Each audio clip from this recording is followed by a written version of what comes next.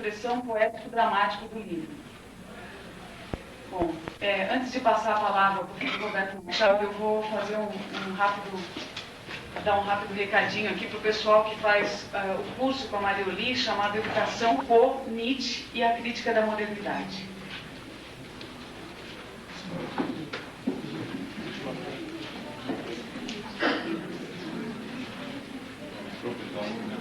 Esse dá na tela basta?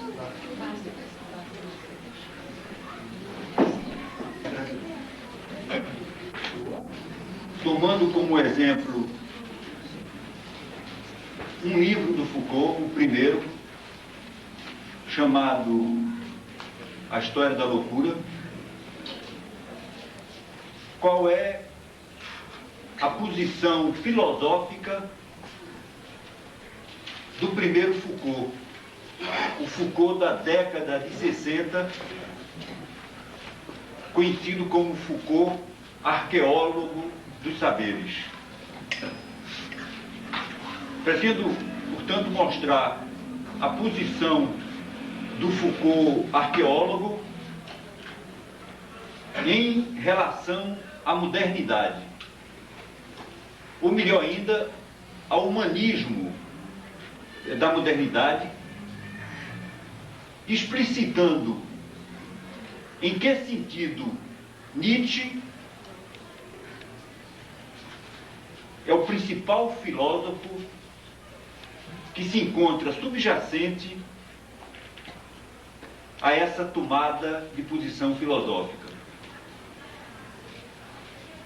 Essa palestra foi intitulada Foucault, Nietzsche e a Crítica da Modernidade. Nós poderíamos chamar também Foucault e Nietzsche, ou ainda outro título, História da Loucura e Crítica da Razão. Eu não tenho dúvida de que isso que Foucault elaborou com o nome de História Arqueológica tem, quando se trata de pensá-la como método, como um processo de investigação filosófico, tem como referência básica a epistemologia francesa, a chamada história epistemológica, como uma história conceitual da ciência. Eu tenho como hipótese de que cada livro arqueológico do Foucault se definiu com relação à epistemologia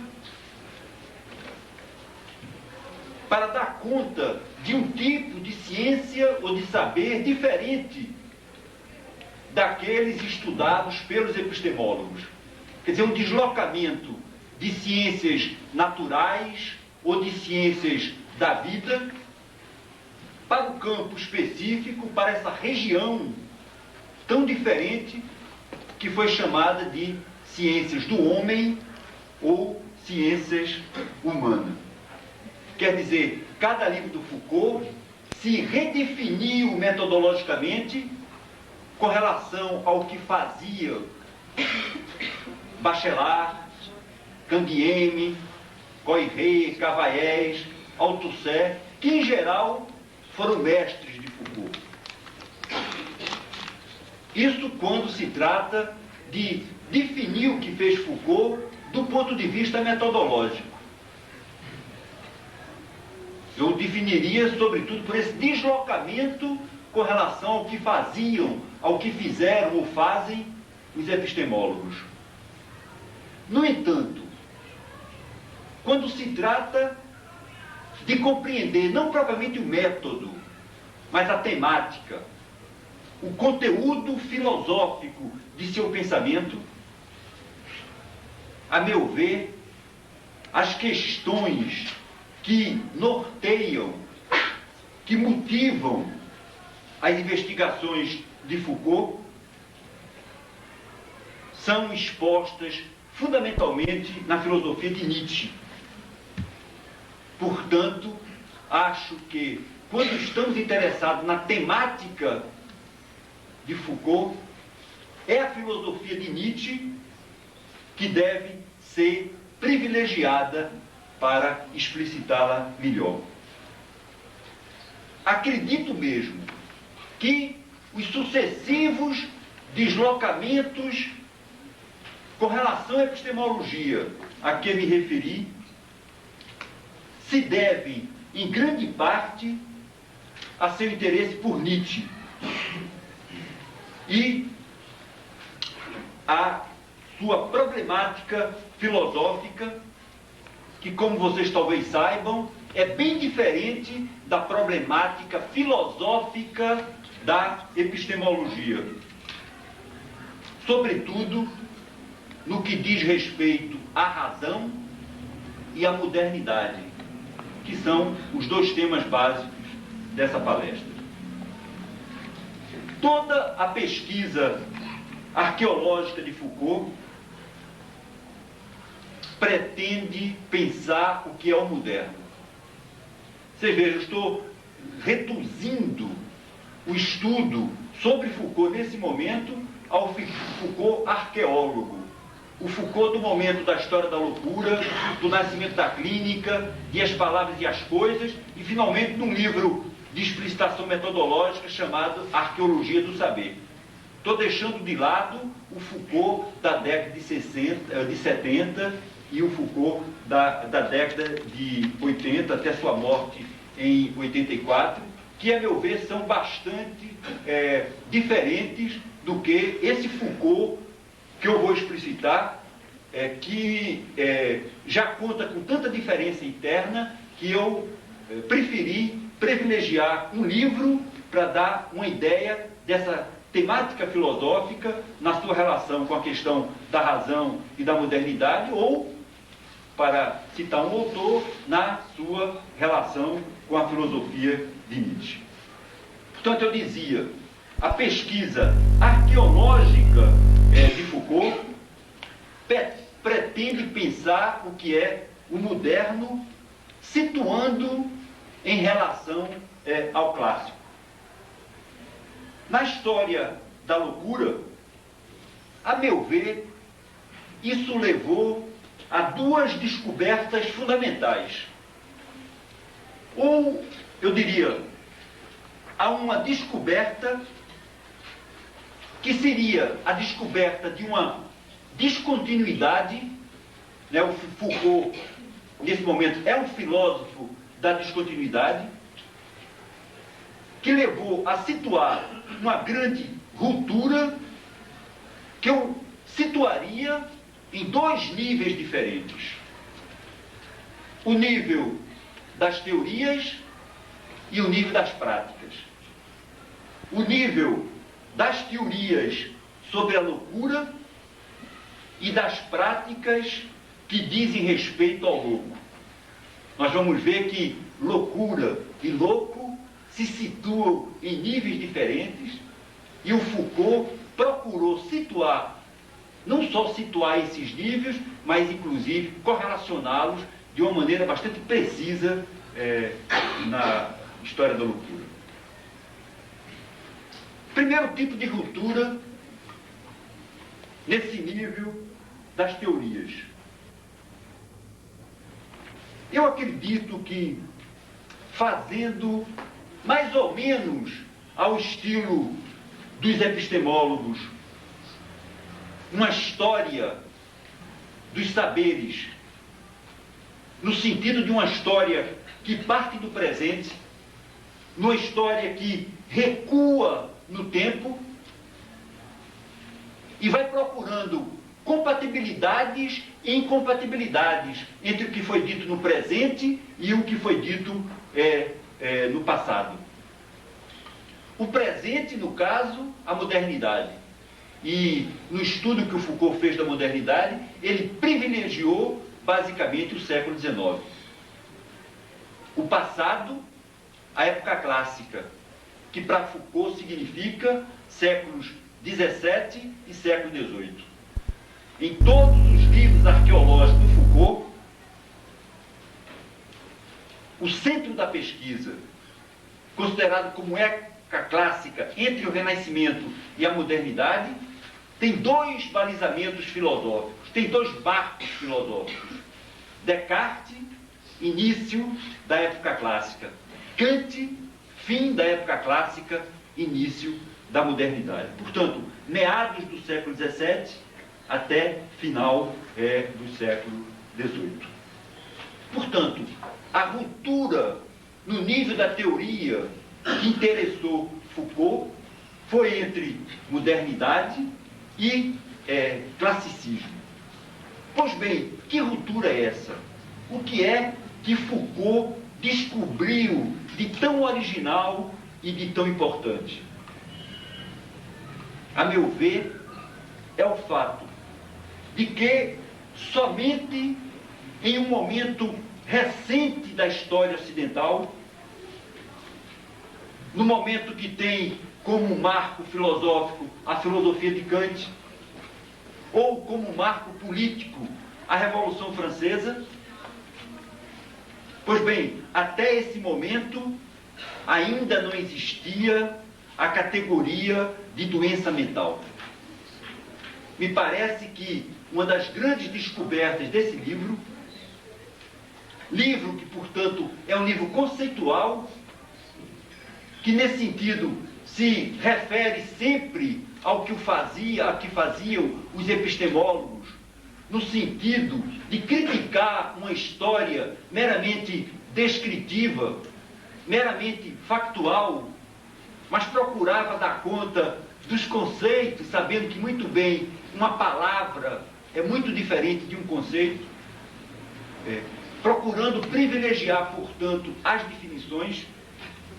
Foucault chegou à conclusão que conceitualmente era impossível falar de doença mental antes do século XIX, fundamentalmente antes de Pinel e Esquirol, que são os dois grandes criadores da psiquiatria. Quer dizer, o fato de que, antes de se tornar doença mental, com Pinel, com Esquirol e outros psiquiatras do século XVIII, início do século XIX, antes de ser doença mental, a loucura era apenas doença. A loucura, como doença e não doença mental, uma doença como as outras, estava integrada num tipo específico de racionalidade médica próprio da época clássica. Vejo, portanto, uma ruptura no nível da teoria, mais especificamente no nível das teorias médicas, que chegou à conclusão da não existência de uma medicina especial para dar conta dela. E tentou ver, comparando tratados sobre loucura do século XVIII e do século XIX, que havia uma, portanto, descontinuidade, uma incompatibilidade entre o que diziam esses médicos psiquiatras de uma medicina especial e aquilo que era dito sobre a loucura ainda na época clássica pelos médicos, no momento que não existia propriamente ainda uma diferença entre o físico e o mental para caracterizar dois tipos de medicina e dois tipos específicos de doença. Pois bem, o Foucault aprofundará esse aspecto da teoria da doença, que aparece já na História da Loucura, em seu livro seguinte. É um livro, a História da Loucura é um livro de 60, 61, é a sua tese de doutorado, e em 63, Foucault, me parece um pouco com as sobras daquilo que foi sua primeira grande pesquisa, publicou um outro livro chamado O Nascimento da Clínica, onde ele justamente mostrará que essa medicina clássica diferente da medicina moderna. De novo, a questão da ruptura no nível das teorias entre uma medicina clássica e uma medicina moderna. Ele mostrará que essa medicina clássica é uma medicina que ele chamou de classificatória. Quer dizer, é uma medicina das espécies. É uma medicina das espécies patológicas. Sim, o sonho do grande classificador das doenças, Boissier de Sauvage, era ser o Linneu das doenças. Isso significa, aquilo que Linneu fazia na botânica, na zoologia, na história natural, enfim, Boissier de Sauvage procurou fazer no campo das doenças. Quer dizer, há um privilégio dos sintomas. A doença é um conjunto de sintomas e classificar doenças é estabelecer identidade e diferença entre elas a partir desse aglomerado de sintomas. Portanto, a medicina clássica é uma medicina classificatória, uma medicina das espécies patológicas que, seguindo o modelo da história natural, tal como ela faz em relação às plantas e aos animais, procura estabelecer identidades e diferenças entre as doenças, organizando um quadro. É isso que é classificar. Organizar um quadro em termos de classes, ordens, gêneros e espécies. Primeira conclusão. Não há, na época clássica, uma medicina especial como a medicina psiquiátrica que se funda na distinção entre o físico e o mental. As doenças estavam no mesmo nível e elas, nesse espaço nosográfico, elas eram classificadas de acordo com os seus sintomas. Não há uma natureza específica da doença mental como passará a existir no momento, inclusive, que nasce a anatomoclínica como medicina orgânica moderna e a psiquiatria define um tipo de doença que, em princípio, seria original com relação a essas doenças orgânicas e que eram estudadas pela anatomia, a partir da anatomia patológica, na chamada anatomoclínica. É a revolução de Bichat, de Laennec, etc., que o Foucault justamente estudou nesse livro Nascimento da Clínica, que procura contrapor esses dois tipos de racionalidade médica.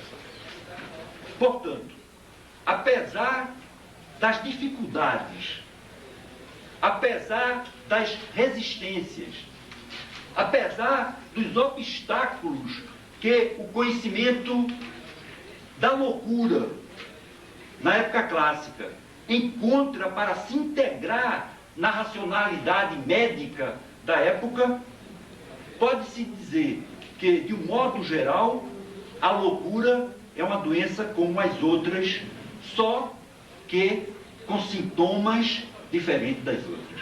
Então, eu dizia, na tentativa de dar uma ideia geral desse livro que me parece importante, o Foucault estabeleceu no nível da teoria da doença uma ruptura entre a racionalidade clássica e a racionalidade moderna em termos de conceito de doença mental e da doença tal como era entendida na época clássica, sem distinguir o físico e o mental.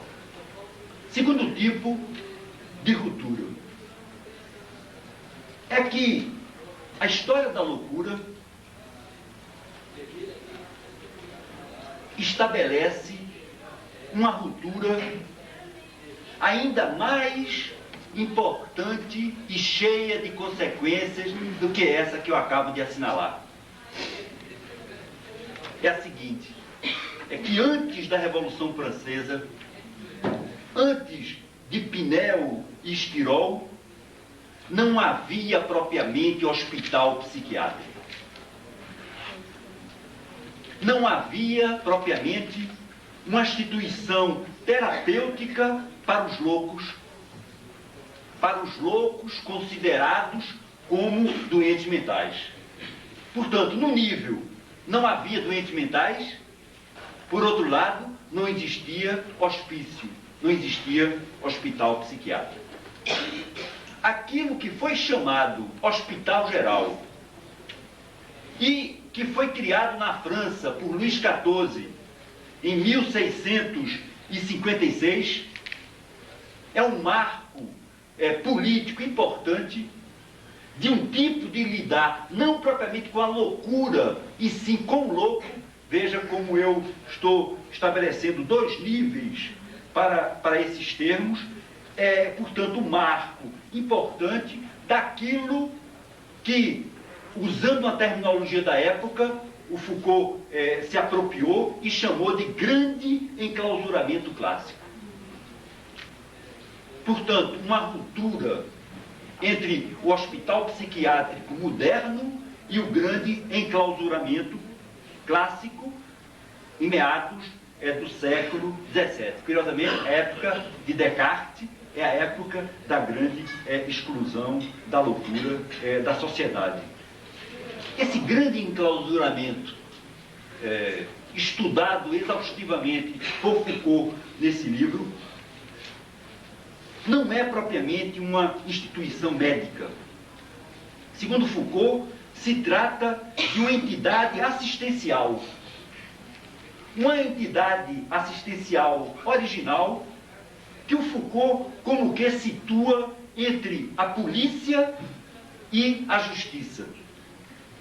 E, com a sua linguagem jocosa, o Foucault sugere se tratar do que ele chama de ordem terceira da repressão. Quer dizer, é uma entidade coercitiva, é uma entidade repressiva que nada tem a ver com as questões da essência da loucura e da recuperação do louco, mas que tem tudo a ver com a exclusão de indivíduos considerados perigosos porque asociais. Pois bem, eu queria chamar a atenção para uma frase que me parece muito importante para entender esse grande livro. É uma curta frase que diz o seguinte: o século XVIII, ou a época clássica, deduz a loucura, mas percebe o louco. Essa frase é muito importante porque ela aponta para uma espécie de dicotomia estrutural constitutiva da questão do louco e da loucura nesses séculos 17 e 18. Quando ele diz o século XVIII deduz a loucura, o que é que ele está querendo dizer? Ele está remetendo o conhecimento da loucura ao conhecimento médico da doença. Está chamando de dedução da loucura o estabelecimento dessa classe de doença, através de uma medicina das espécies, de uma medicina classificatória. Então a loucura fazia parte dessa racionalidade médica e ela era deduzida por essa árvore do raciocínio, da argumentação, do mesmo jeito que as outras. Mas, diz Foucault, ao mesmo tempo que o século XVII e o século XVIII conhecem a loucura, eles percebem o louco. Isso quer dizer, é como se a percepção do louco como corporeidade, como materialidade, fosse independente da teoria da loucura, o que é bastante condizente com a teoria médica clássica, porque a ideia de que o conhecimento médico parte do exame do corpo para conhecer os seus sintomas, e mais ainda a partir de Bichat, do exame do cadáver, a partir dessa ideia de que a noite da morte é como que esclarece o dia do corpo sadio, né? É o grande conselho de Bichat. Se vocês querem ser médicos, não adianta passar pelo leito dos doentes anotando os seus sintomas. Se vocês querem saber o que é a doença, abram alguns cadáveres. A partir desse momento, é o momento justamente fundador da medicina moderna, porque a anatomopatologia se encontra na sua base. Pois bem, E esse é o momento em que a percepção e o conhecimento se juntam. É a modernidade. Ora, Foucault tenta mostrar que na época clássica, a maneira como se lidava com o louco, a maneira como se relacionava socialmente com o louco, não é guiado pelo conhecimento que se tem da loucura. Quer dizer, hoje, para alguém ir para um hospício, é preciso um atestado médico. É preciso que o médico seja capaz de encontrar nele a loucura. Quer dizer, na modernidade, é o médico que tem o poder de diagnosticar a loucura. Nem sempre foi assim. E no século XVIII, o Foucault, que analisou as cartas régias na França e esses processos de internação, via muito bem que não existia esse poder da medicina sobre a loucura, justamente por essa independência do louco e da ação sobre o louco com relação a esse conhecimento teórico, médico sobre a loucura. Portanto, eu dizia, a frase que mais ajuda à compreensão da história da loucura é essa.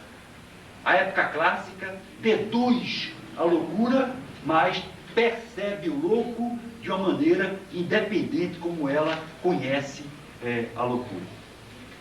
Pois bem, o Foucault, então, vai evidenciar com a força impressionante de seu estilo como esse chamado Hospital Geral, inaugurado por Luís XIV, esse grande enclausuramento clássico, constitui, como ele produz uma população que, eu poderia dizer que para os nossos olhos modernos, para os nossos olhos medicalizados, para os nossos olhos humanizados, porque justamente a modernidade, a partir da Revolução Francesa, é o momento do humanismo. Quer dizer, uma população que para nossos olhos modernos aparece como heterogênea, mas que para a percepção da época clássica é perfeitamente coerente. Portanto, o fato de considerar alguém como louco e isolá-lo numa determinada instituição que não é terapêutica, mas que é fundamentalmente repressiva, está ligado a uma constituição de uma população totalmente diferente do fenômeno da loucura como nós conhecemos na modernidade como doença mental, mas, pensa Foucault, inteiramente, perfeitamente coerente com o que pensava moralmente, socialmente a época clássica.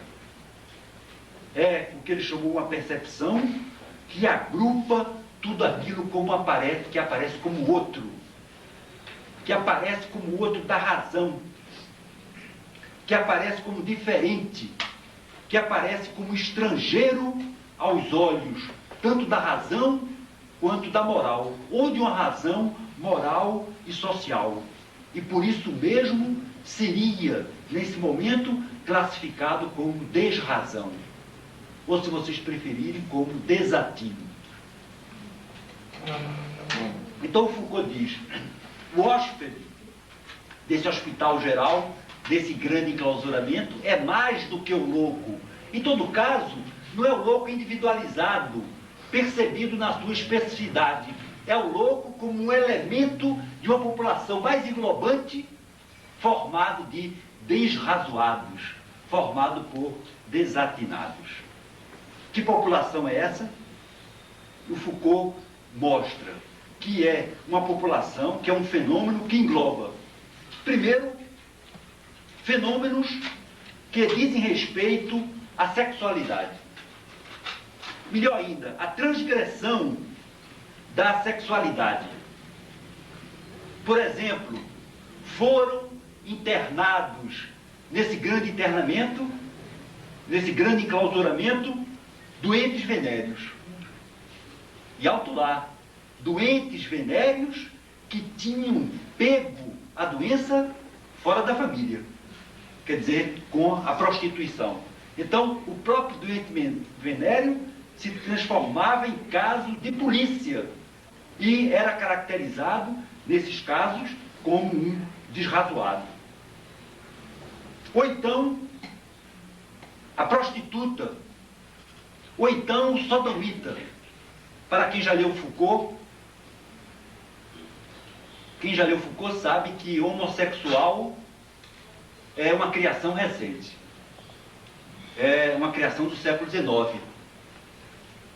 Se eu não me engano, criado por Kraepelin, não me lembro bem, não sou muito bom de data, 1870 e pouco é a data de nascimento do homossexual. Quer dizer, Foucault tenta chamar a atenção para que essa nomenclatura, mesmo que pode não ser uma nomenclatura científica, é mais do que uma terminologia vaga. É uma terminologia que tem um sentido conceitual profundo.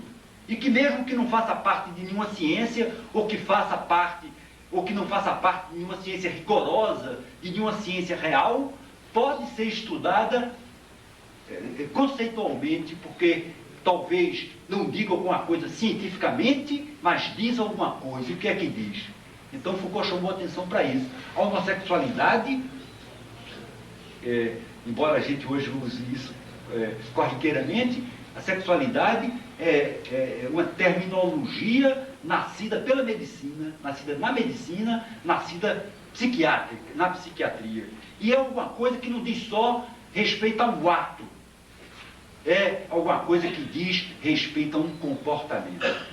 O psiquiatra vê o homossexual como um bicho estranho, como um bicho que tem uma determinada configuração independente daquele ato, que seria somente a expressão de um tipo de vida. Ora, o sodomita não. Isso é que eu queria dizer. Nessa instituição, ao lado de doentes venéreos, ao lado de prostitutas, quando a gente considera essa população que foi internado por transgredir a sexualidade, se encontra também essa categoria do sodomita, que é uma categoria muito mais legal do que propriamente médica. Mas, ao lado disso, o Foucault encontrou uma outra categoria trancafiada nessa instituição, e que ele usou um termo da época para caracterizá-la, que é desordem do coração. O que é um desordeiro do coração? Simplesmente, muita gente hoje seria, aqui no Brasil, trancafiado, alguém que é acusado de magia, alguém que é acusado de feitiçaria, alguém que é acusado de alquimia. Quer dizer, muito best-seller brasileiro talvez tivesse um grande internamento claro. O que mostra que nós não somos tão modernos assim. Terceiro tipo de elementos que constituem essa população: a libertinagem, o libertino. E aí, talvez vocês não ignorem que Sartre, desculpe, os que ato fazem, que Sartre,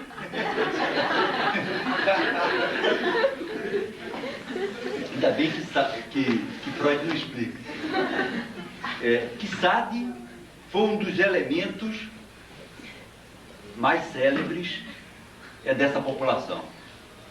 Pois bem, a ideia de Foucault é que nesse grande enclausuramento você encontrava trancafiado, ao lado dos delitos contra a sexualidade, os delitos contra a ordem do coração e a libertinagem, vocês encontravam finalmente o louco.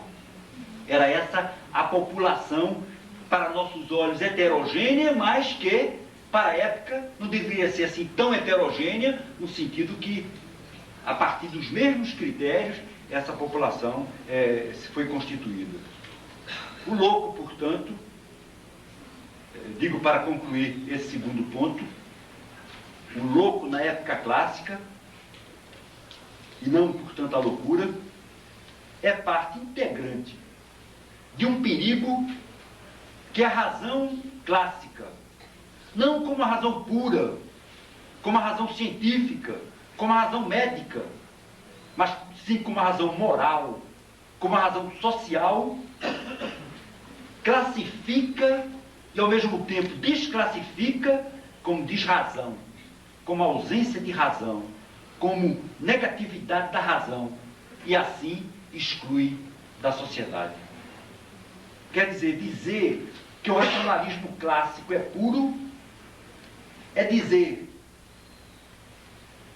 que ele se purificou com a exclusão, com a recusa, com o desprezo de toda uma população que justamente escapava dos seus limites.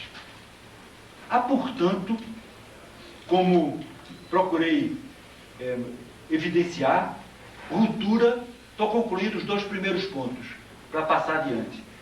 Há uma ruptura tanto entre as noções de doença mental e de doença é o nível da dedução da loucura, e, segundo nível, entre o hospício moderno como instituição terapêutica e o grande enclausuramento no que diz respeito às práticas de internamento do louco. Mas, e eu vou tentar agora ligar esses 2 aspectos, a meu ver, só se poderá seguir o fio da argumentação desse livro complicado, talvez erudito demais, sofisticado demais na linguagem, que muitas vezes dificulta a sua compreensão. Eu acho que isso pode conseguir o fio condutor da argumentação da história da loucura, quem se der conta de que essas rupturas entre a época clássica e a modernidade não são totais. Quem se der conta de que as teorias e as práticas não são para Foucault, nesse momento, independentes do que antes se passou. Portanto, eu acho que, para dar conta do que o Foucault pretende evidenciar com esse livro, é necessário levar em consideração que entre modernidade e época clássica há sempre condições anteriores, históricas, de possibilidade.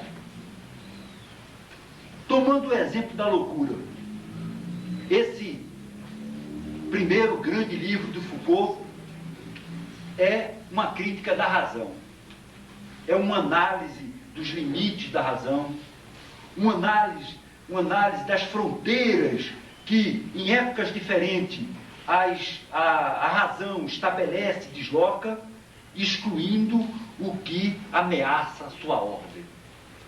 Mas, além disso, esse deslocamento descontínuo, é a questão da ruptura, esse deslocamento descontínuo de fronteiras é para Foucault um processo e um processo orientado. É um processo que tem um determinado sentido. Que sentido é esse? É um processo que se faz no sentido de uma crescente subordinação da loucura à razão. Crescente subordinação da loucura à razão, que tem como última etapa, a nossa etapa, a etapa moderna, a psiquiatria, ou aquilo que o Foucault chama várias vezes de psicologização da loucura. A psicologização da loucura é uma radicalização de um processo histórico, mas mais ainda, de um processo histórico de dominação. O que significa dizer que a psiquiatria, que a psicologia se constitui, sim, na época moderna, onde antes não existia, segundo Foucault, mas se constitui a partir de condições de possibilidade que são anteriores. Mas isso não é tudo. Eu acho que para entender todo o alcance dessa formulação de condições anteriores históricas de possibilidade, né, aquilo que ocasionou, aquilo que possibilitou o surgimento da modernidade nesse campo específico, é preciso se dar conta que toda a argumentação do Foucault aponta não só para as origens dessa psicologização, e sim para aquilo que eu chamaria de suas baixas origens, que seriam origens não propriamente teóricas, e sim práticas, usando uma terminologia mais recente do Foucault, origens que se dão em termos de relações de poder ou de relações de forças.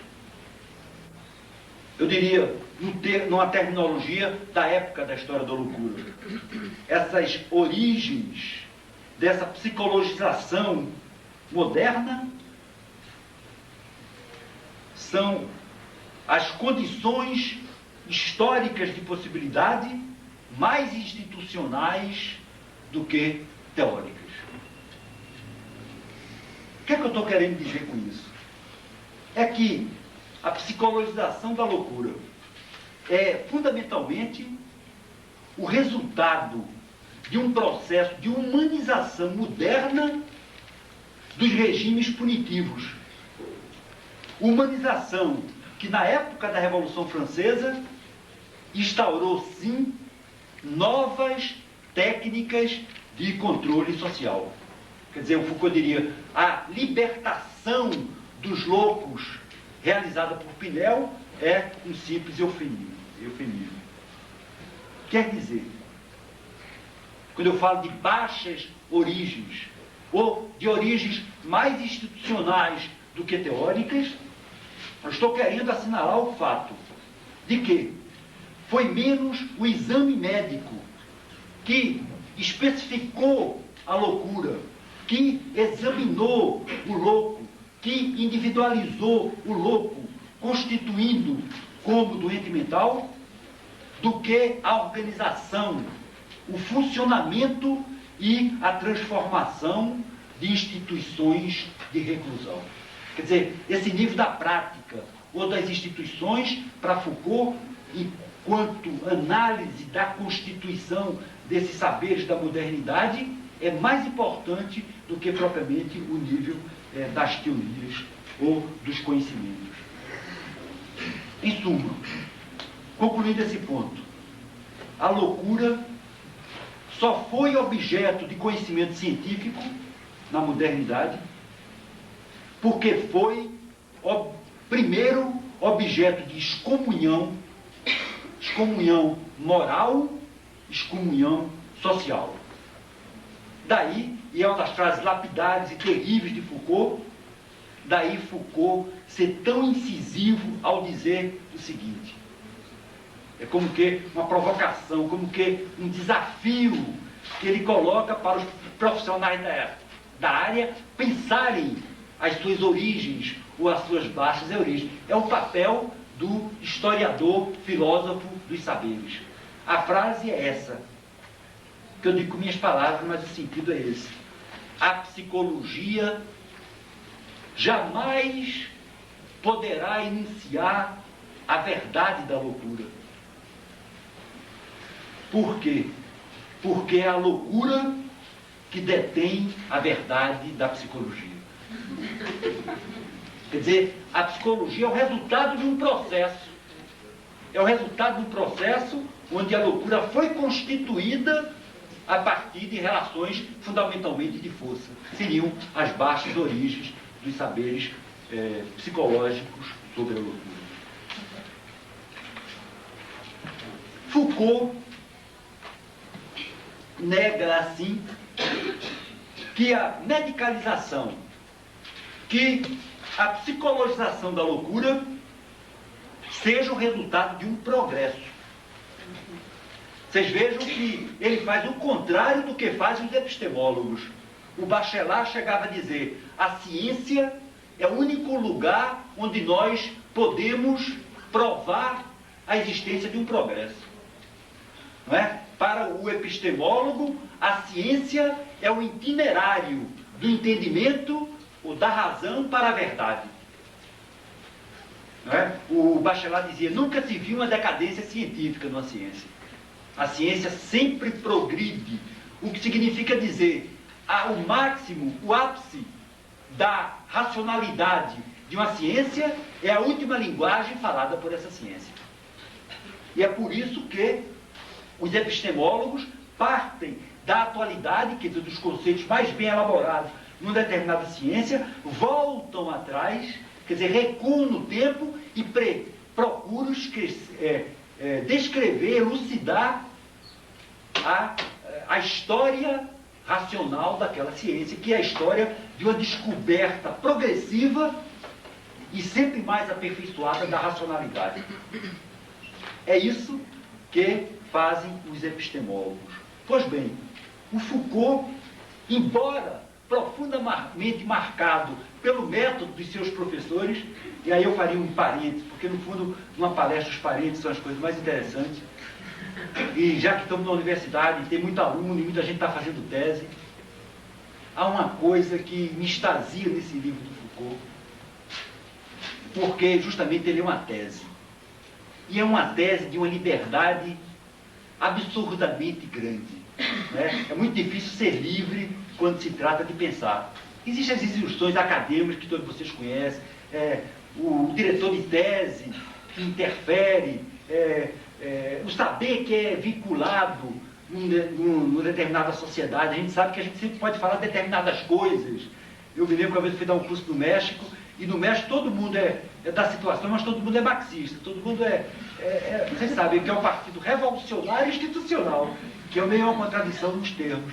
E foi uma experiência, ao mesmo tempo, estranha e terrível, porque você pode dizer o que você quiser, contanto que você vista numa terminologia marxista. Entende? Quer dizer, e uma terminologia de paletó. Ninguém fala sem paletó. Quer dizer, há uma certa rigidez na maneira de falar. E se você ouve aquela terminologia, você fica tranquilo, porque você sabe que todos nós fazemos parte da mesma família. Mas você pode dizer o que você quiser. Pois bem, mas todos nós conhecemos isso. O que eu dizia, me extasia nesse livro, é o meu parêntese, é que foi uma tese de doutorado do Foucault. E Foucault era filósofo, aluno da principal instituição francesa do ensino filosófico, até hoje, que é a Escola Normal Superior. Pois bem, e ele foi aluno de Merleau-Ponty. Ele foi, portanto, um fenomenólogo, um grande fenomenólogo francês. Ele foi aluno de Althusser, que logo mais, na década de 60, se tornava o grande filósofo marxista francês. Quer dizer, Althusser conseguiu mais ou menos fazer um casamento do marxismo com a filosofia, que a gente sabe que marcou toda uma geração de pensadores franceses, um casamento da epistemologia com o marxismo, que no fundo foi muito importante. Portanto, marxismo, fenomenologia, epistemologia, né? Ele foi aluno, sei lá, do Canguilhem, né? Do Bachelard e assim por diante. E no final, não, eu estou esquecendo o fundamental, que é Nietzsche, sobre o qual eu vou falar mais profundamente. E o que é maravilhoso, a meu ver, né? Porque eu falava para os que fazem tese, né? O que é que nós vimos numa tese geral? Tese que tem como essa aí análise de conteúdo, análise de realidade, análise de uma situação concreta. É que você sempre tem um primeiro capítulo, uma primeira parte, que às vezes se chama de marco teórico, onde a gente aprofunda a metodologia que vai usar, mostra em quem está fundado, e quem legitima aquela pesquisa que a gente vai fazer. E quando você vê mesmo a pesquisa que é feita, é muito pobre. A pessoa passou muito mais tempo estudando o instrumental teórico do que, entende, utilizando aquilo para conhecer a realidade, né? Me lembra muito aquela metáfora do Mao Tse Tung, hoje não se cita mais esses autores, quer dizer que o revólver, né, uma arma, não é para ser polida, né, mas ela serve para atirar. Né? Muitas vezes a gente está muito mais polindo os instrumentos do que preocupado em atirar, né? E atirar, metaforicamente, no campo da produção de conhecimentos. Então, eu dizia, o que me extasia nesse livro é como Foucault foi capaz de integrar influências, inspirações tão díspares e fazer uma coisa que é dele, que você não pode mais classificar sob nenhuma dessas rubricas, embora você analisando pode detectar a presença de vários elementos vindo de outras configurações teóricas. Mas aí é o primeiro momento de um método, se a gente pode chamar isso de método, porque em cada livro ele fez de uma maneira diferente, e Foucault não é uma pessoa que se interessa muito pela fidelidade. Ele jamais foi fiel aos seus próprios pensamentos. Essa é a minha hipótese. E para dizer isso, já que eu estou nesse parênteses, eu acabaria dizendo o seguinte, dizendo que há uma frase do final da introdução, se eu não me engano, da Arqueologia de Saber, que diz o seguinte: não me perguntem quem eu sou. O Foucault não é um filósofo da identidade. Nem me peçam para permanecer o mesmo. Essa é uma moral de Estado civil. Ela rege os nossos papéis. Que ela nos deixe livres quando se trata de escrever e de pensar. Então isso eu acho muito importante, tanto para esclarecer o pensamento do Foucault, como eu acho que pode ser um lembrete para todos nós que temos sempre que nos deparar com o pensamento dos outros, mas com o objetivo, me parece, fundamental de ousar pensar. Então eu dizia, Foucault, ao falar de uma psicologização da loucura, nega, e aí foi por isso que eu fiz esse parênteses, para estabelecer que existe uma relação com a epistemologia, mas que não é uma relação de servidão, entende? Que ele não segue cegamente aquilo que fizeram seus mestres. Ele nega que haja um progresso que teria levado ao desvelamento progressivo da essência da loucura na modernidade. Como diria um psiquiatra ou um psicólogo.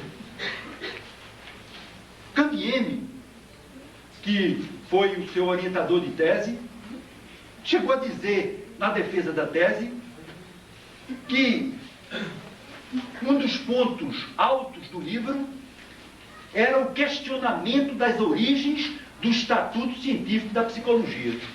Inclusive o Canguilhem tem um texto importante sobre o que é psicologia, onde ele tenta mostrar a partir de que essa psicologia moderna foi fundada. Digamos que isso que disse Canguilhem é verdade.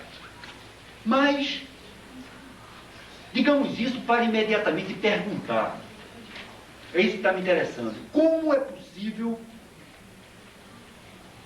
colocar em questão o estatuto de cientificidade da psicologia, se diferentemente dos epistemólogos, Foucault não privilegia o progresso de uma ciência e, mais ainda, não toma a cientificidade ou a racionalidade científica definida pela atualidade de uma ciência como uma norma para avaliar o passado, para avaliar a história da psiquiatrização, da psicologização da loucura, como faz a psicologia.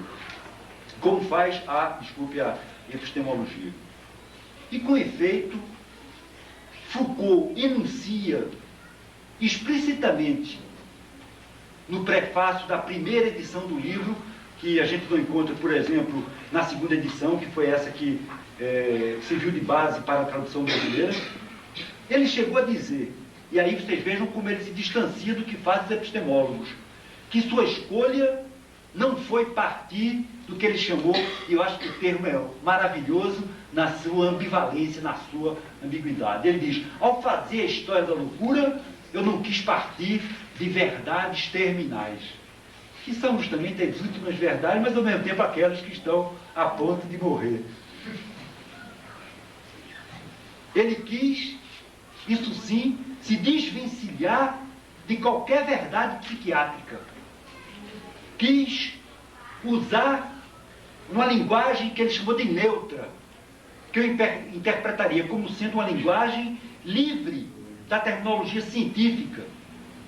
E vejam bem, quis fazer tudo isso para ser capaz de se aproximar das palavras da loucura, das palavras do louco. Quer dizer, utilizar-se de uma linguagem, isso para interpretar, de uma linguagem sem apoio científico, para ir até o fundo, que seria o lugar da loucura, e trazer a superfície da linguagem da razão às condições de sua separação com relação à loucura. Quer dizer, a linguagem racional, a linguagem científica sobre a loucura, em vez de desvelar, em vez de revelar, em vez de descobrir a essência da loucura, para o Foucault, encobrir, velou. Ora, portanto, seria necessário escapar de uma outra linguagem científica ou racional para ser acolhedor a essa palavra e colocar em questão essa antinomia que é constitutiva do próprio nascimento da razão clássica e da razão moderna. Como o Foucault pôde fazer isso? É o que eu perguntava. Como ele pôde ser crítico à psicologização da loucura se ele não partiu de um discurso da própria razão para mostrar as insuficiências das formulações científicas sobre a razão? Quer dizer, como Foucault foi capaz de fazer uma crítica se ele não fazia uma crítica da razão pela razão? Eu diria que, e é talvez a hipótese mais importante, se existe alguma coisa importante nisso que eu estou dizendo, o que eu direi hoje é que, se Foucault pôde não partir do que ele chamou verdades terminais, se Foucault pôde usar uma linguagem sem apoio na razão científica, por exemplo, a psiquiatria, a psicanálise, sem, ao mesmo tempo, ter se contentado com uma história meramente factual, meramente descritiva. Ele era discípulo dos epistemólogos que faziam uma história conceitual. Pois bem, se ele foi capaz disso, a meu ver, é porque ele partiu daquilo que ele chamou de experiência trágica. Então eu estou entrando no último ponto, mais um ponto dessa exposição. Ele privilegiou não a verdade, a última verdade de uma ciência, mas ele privilegiou aquilo que escapava à ciência da loucura, que é uma experiência trágica, como sendo um valor positivo para avaliar as teorias e as práticas históricas sobre a loucura e o louco. O que é que eu estou querendo dizer com isso? Estou querendo dizer que isso significa que a loucura, tal como aparece nesse livro, além de figura histórica que se modifica com o tempo, no Renascimento de tal modo, vou falar sobre isso depois, na época clássica de outro modo, na modernidade de um outro modo ainda mais diferente. Quer dizer, a loucura, além de figura histórica, é também, e mesmo fundamentalmente, uma experiência.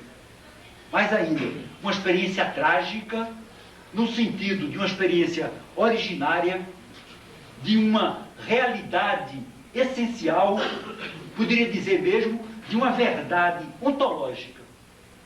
Pois bem, essa experiência originária foi ela que a razão encobriu. Foi ela que a razão ocultou, mascarou, dominou, embora, segundo Foucault, não tenha destruído totalmente. A razão, portanto, teria encoberto e não descoberto a essência da loucura, e se encobriu a loucura, foi simplesmente, veja a explicação no livro das baixas origens, por ela ter se mostrado ameaçadora, ter se mostrado perigosa para a ordem da razão. A meu ver, a ideia de uma experiência trágica da loucura e a função que ela desempenha nesse livro chamado A História da Loucura é o que mais, a meu ver, afasta o livro da epistemologia e mais o aproxima da filosofia de Nietzsche. Sobretudo, do modo como a filosofia de Nietzsche é formulada também no seu primeiro livro, que é O Nascimento da Tragédia. A minha hipótese, a esse respeito, é que a História da Loucura apresenta uma homologia estrutural surpreendente com esse primeiro livro de Nietzsche, O Nascimento da Tragédia. Pois, qual é o objetivo final, o último objetivo, o objetivo em última instância do Nascimento da Tragédia? É uma denúncia da modernidade. É uma denúncia da modernidade como uma civilização socrática. E é super interessante. Eu estou dizendo, o primeiro Foucault é um Foucault que estabelece uma ruptura entre modernidade e época clássica para explicar ou para criticar o humanismo da modernidade. O Nietzsche, que é um crítico do humanismo da modernidade, ele fez uma crítica da modernidade que não estabeleceu uma ruptura tão curta. Ele foi muito além. Ele recuou muito mais no tempo e ele denunciou a civilização moderna como sendo nihilista, como sendo a negação da própria vida, voltando aos próprios gregos. Voltando a esse momento de constituição da metafísica clássica, que é o momento da instituição da razão. E de uma razão dicotômica, quer dizer, a razão que produz as diferenças entre as dicotomias, as oposições, que o Nietzsche chama de oposição metafísica, entre verdade e erro, bem e mal, eternidade e tempo, e assim por diante. Eu diria, o Foucault segue, a meu ver, uma inspiração nietzschiana de crítica do niilismo da modernidade, no caso do Foucault, o que ele chama de humanismo da modernidade, no sentido em que O Nascimento da Tragédia, esse primeiro livro, procura denunciar a modernidade como uma civilização socrática, racional, por esse desejo ilimitado de liberdade, como Nietzsche diz nessa época,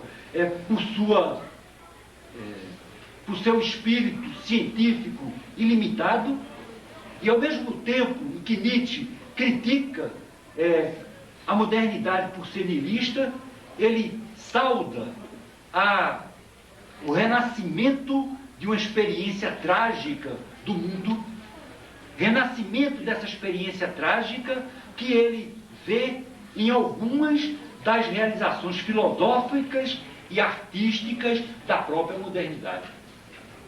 Agora, como é que o Nietzsche vai relacionar essas criações filosóficas e artísticas da modernidade que ele vê como uma positividade?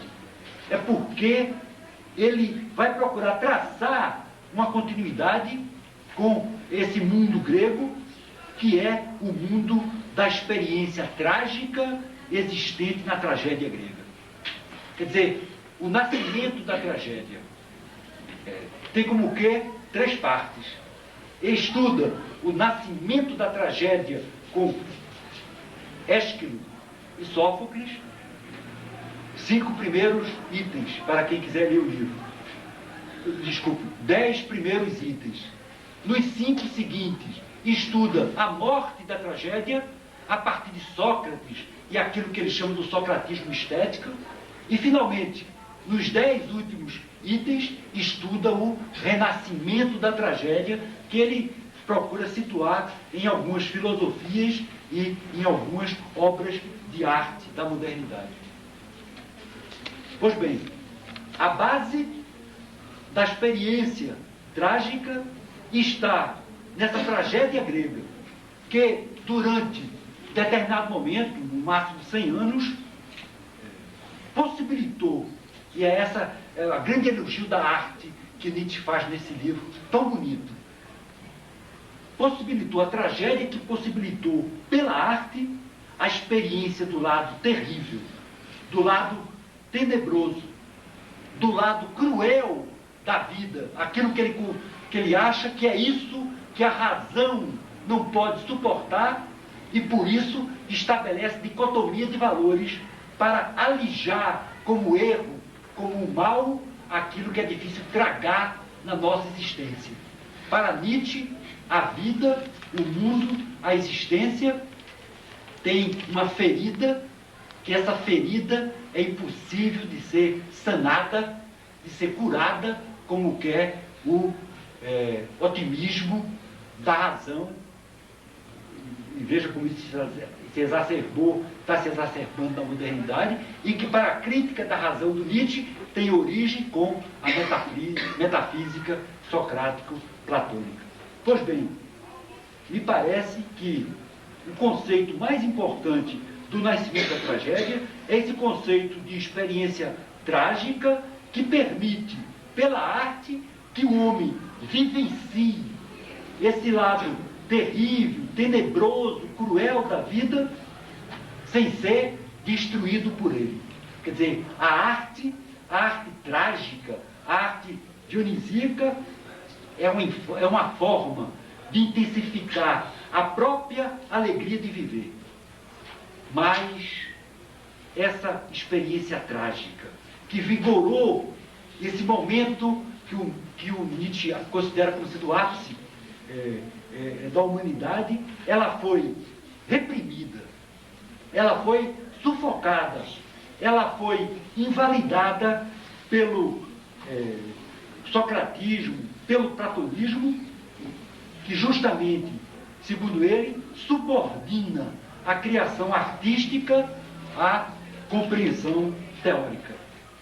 Ou foi reprimida, invalidada pela metafísica, que, como ele dirá depois, no outro livro, Além do Bem e do Mal, criará a oposição de valores bem e mal, verdade e ilusão, etc.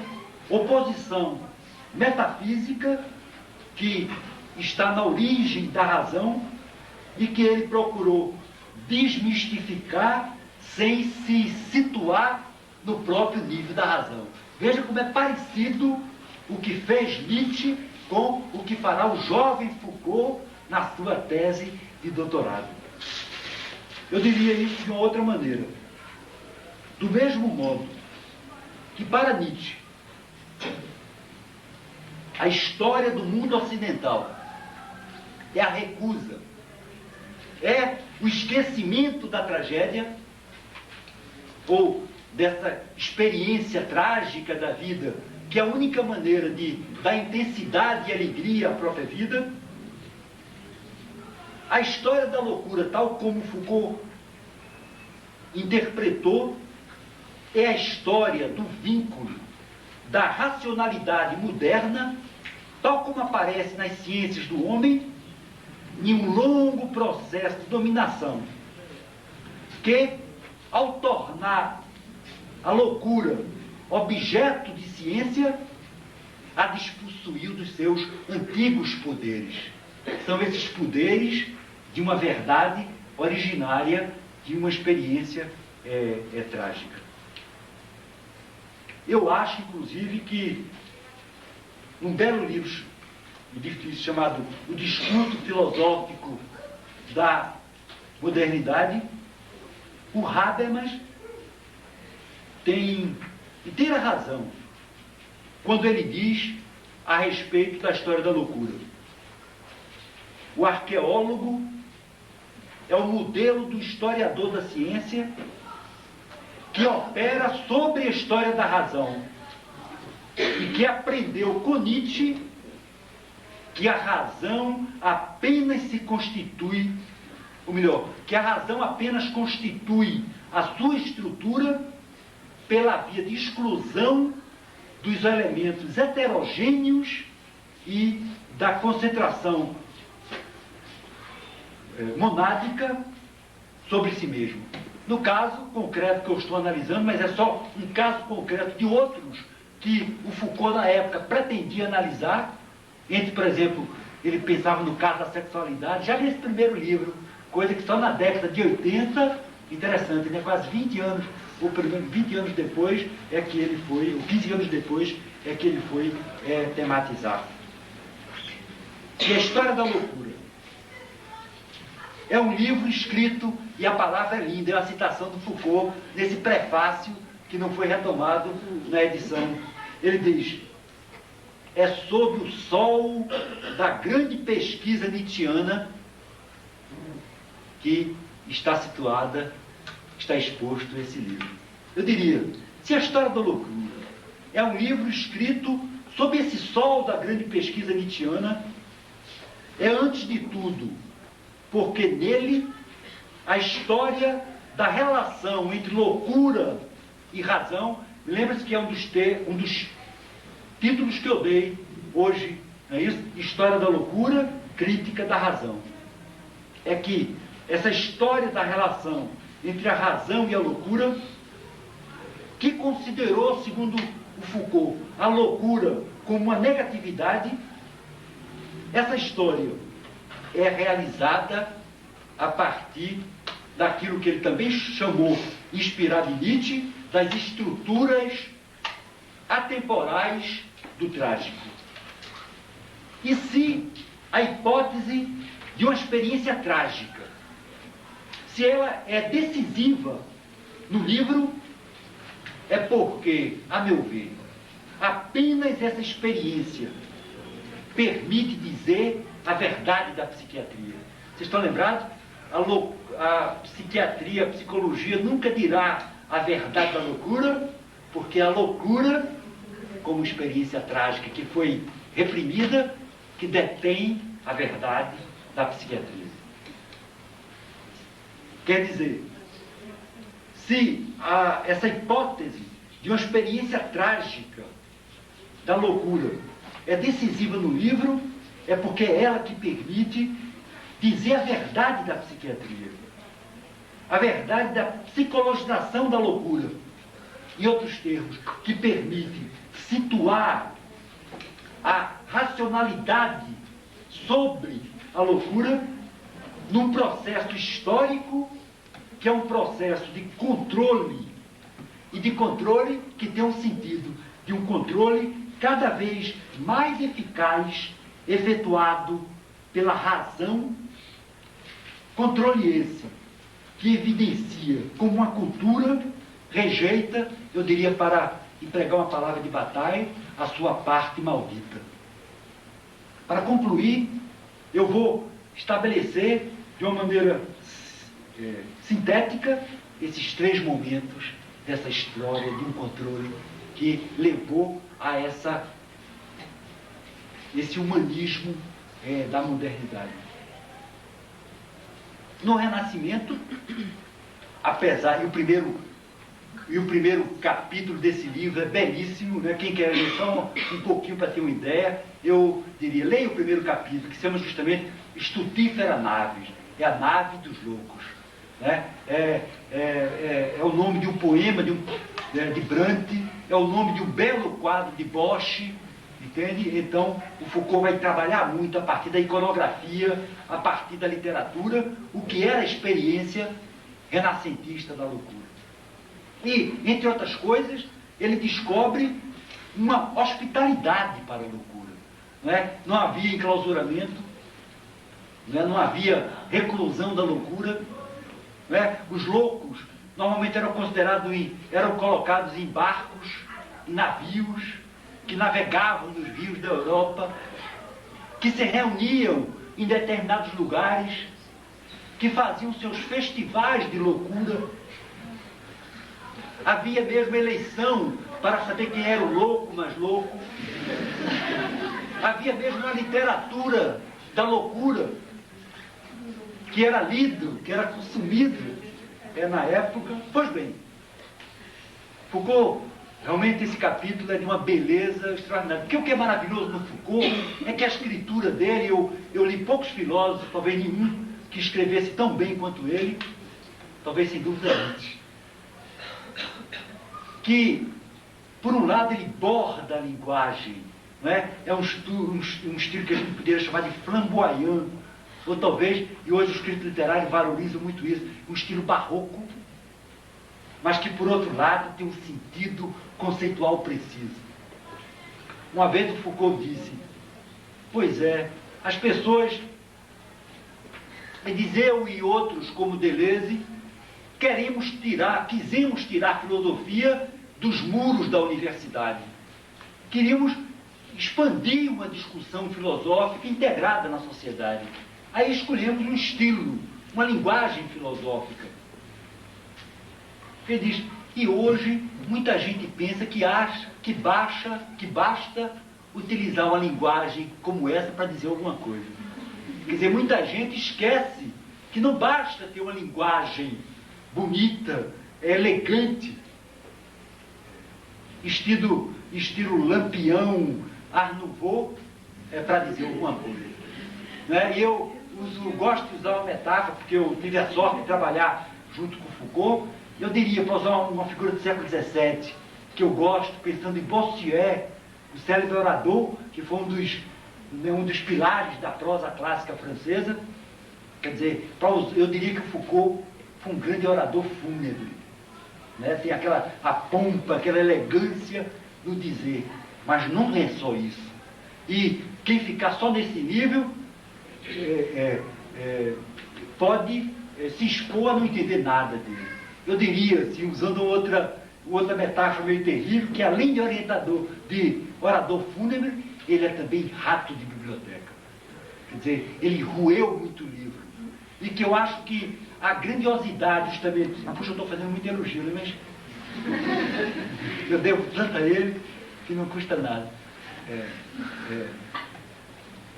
Aprendi tanto com ele. Que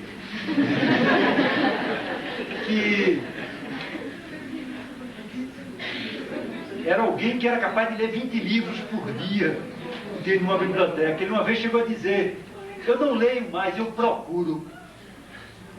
Então ele estava já atrás de coisas que o livro sugeria, que relacionava com o outro. E eu tive a sorte de seguir os cursos do Foucault. Olha aí, o mais interessante não parece, são os parentes, é por isso que eu estou fazendo. A grande diferença que há entre os livros e os cursos. Os livros já traz tudo como o quê? Definidos.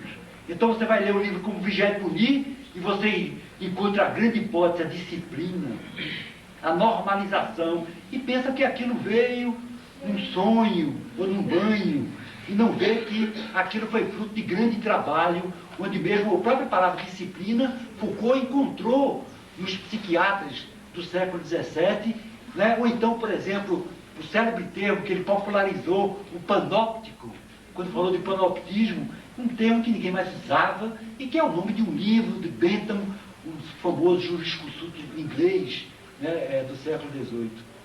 Pois bem, o Foucault era rato de biblioteca no sentido de que eu acho que as grandes hipóteses da sua filosofia nascia desse confronto com os textos, desse confronto com o real. Está entendendo? Foucault não partia daquilo que ele achava que já sabia sobre o que eram as coisas. Normalmente a gente faz pesquisas para legitimar aquilo que a gente já sabe. Então é por isso que as pesquisas não têm interesse nenhum. Porque a gente só quer dizer de uma maneira com aparência de cientificidade maior uma coisa que a gente já aprendeu no primeiro texto que a gente leu. Então eu aprendi muito e aí eu ligo isso à ideia de não fidelidade do Foucault. Entende como ele era capaz de se desdizer. E eu acho que cada livro do Foucault diz coisas diferentes. Não tem sentido dizer, como eu disse da primeira vez que eu encontrei, em tal livro, é tipo a objeção de aluno. Você diz tal coisa em tal livro, e nessa outra você diz tal outro, mas afinal de contas deve estar a verdade. O que é que você está querendo dizer? Tipo uma objeção chata. E ele riu, que ele era uma pessoa muito descontraída. Disse, não, isso tem a menor importância. Aquele texto eu fiz nas costas, assim, que eles pediram para fazer uma palestra, eu não queria, mas as pessoas insistiram, eu fiz, aquilo não tem valor nenhum. Quer dizer, isso me fez ficar como é que um teórico desse porte, né? Que a gente vê assim, aquela muralha de livros entre você e ele, mas foi dado que, é como todos nós, estava somente ousando pensar e ousando pensar diferente, não para criar uma identidade de autor, que vocês sabem que isso não era uma coisa muito relevante para ele. Portanto, estou chamando a atenção para isso, esses dois aspectos da pesquisa do Foucault, que eu chamei Rato de Biblioteca e de Orador Fúnebre. E, uma vez, eu que fiz vários cursos de Colégio de França com ele, eu me lembro que um dos anos eu descobri o seguinte: o Foucault deu um curso de um semestre todo, de um ano todo, e ele não conseguiu falar do que ele estava querendo falar. Só na última aula, ele pediu desculpa e disse, vocês me desculpem, que só agora é que eu descobri o assunto do curso desse ano. Que maravilha! Quem de nós tem essa coragem, né? A gente parece que já sabe o que vai falar muitos anos antes de começar a falar, né? Então, justamente, eu acho que é isso a grande aventura do Foucault, e a coisa que me seduziu, que foi muito útil, essa disponibilidade para o novo, para o diferente, e como uma espécie de cobra que deixa várias peles, entende, no meio do caminho, porque o importante é ir adiante, entende, fazendo novas coisas. Fim de parênteses. Então, eu dizia que no Renascimento, apesar dessa estranha hospitalidade que em geral vigora para com a loucura, começa um incipiente controle que se faz através daquilo que Foucault chama de crítica moral. Quer dizer, é no Renascimento que a loucura vai ser situada como ilusão. Filosoficamente, é o momento de Erasmo, é o momento de Montaigne. Momento em que essa experiência trágica, essa experiência trágica do homem no mundo, que ainda se expressa livremente na iconografia, com Bosch, com Bruegel, mesmo no teatro, por exemplo, no teatro barroco de Shakespeare, essa experiência trágica vai ser julgada e subordinada a uma experiência crítica que vai privilegiar no saber já a verdade e a moral. E por isso vai colocar a loucura como ilusão. Na época clássica, o controle, né, a pequena história do controle da loucura. Esse controle se faz através do racionalismo. Através do racionalismo clássico, que não só considera a loucura ilusão, o que ainda integra na obra de arte, mas que desclassifica a loucura como erro, como outro da verdade, como outro da razão. É o momento, talvez vocês todos saibam, de Descartes. É o momento em que a loucura é excluída pelo sujeito que duvida. O Foucault fez uma análise das meditações metafísicas de Descartes. A loucura é excluída pelo sujeito que duvida. É o momento em que a loucura se torna condição de impossibilidade da loucura. A ideia é essa. Se eu penso, não posso ser louco.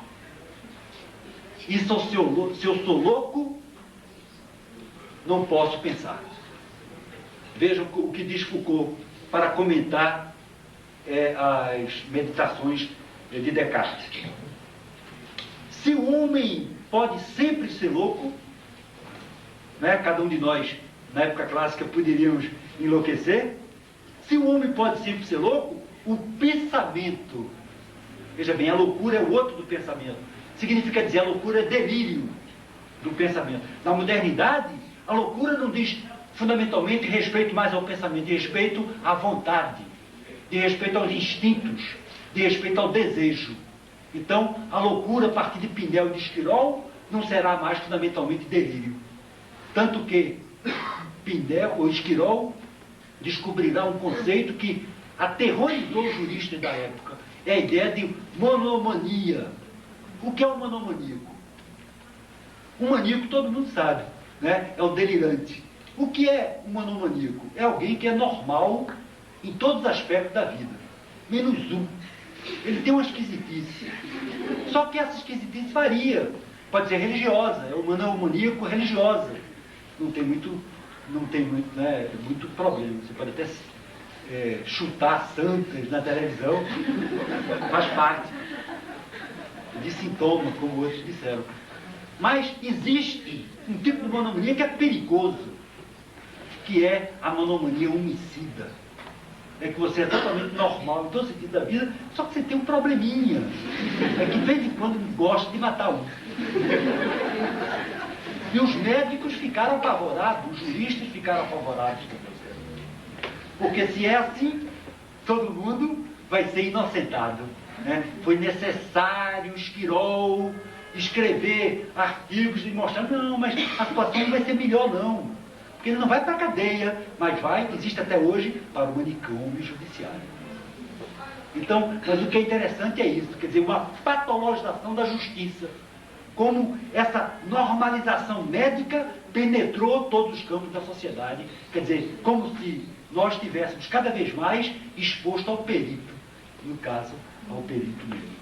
Mas não chegamos lá. Vejam, ouçamos Foucault falando da época de Descartes. Se o homem pode sempre ser louco, o pensamento como exercício de soberania de um sujeito que se atribui o dever de conhecer o verdadeiro, falei, o homem pode ser louco, mas o pensamento, enquanto tal, não pode ser insensato, não pode ser desrazoável. Continua Foucault, traça-se uma linha divisória que logo tornará impossível a experiência tão familiar ao Renascimento de uma razão desrazoável ou de uma razoável desrazão.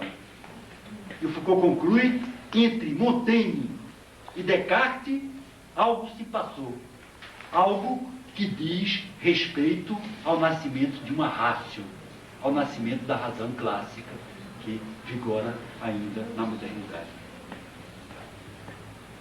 Enquanto Montaigne, meditando diante de um poeta italiano, Torquato Tasso, admira o Tasso, perguntando-se se seu estado lastimoso, ele estava louco, não se deve a uma clareza grande demais que eu teria cegado. Veja bem, é uma clareza grande demais, o próprio Montaigne pergunta, que existiria provavelmente na loucura, que essa sim o teria cegado. O que agora vigora é uma incompatibilidade absoluta entre o pensamento e a loucura. Incompatibilidade que tem como consequência a sua redução ao silêncio. Exclusão do pensamento, correlato a uma exclusão da sociedade. Momento decisivo da história ocidental, em que o homem como razão, como afirmação da sabedoria do sujeito, desse sujeito capaz de conhecer a verdade, se torna impossibilidade da loucura.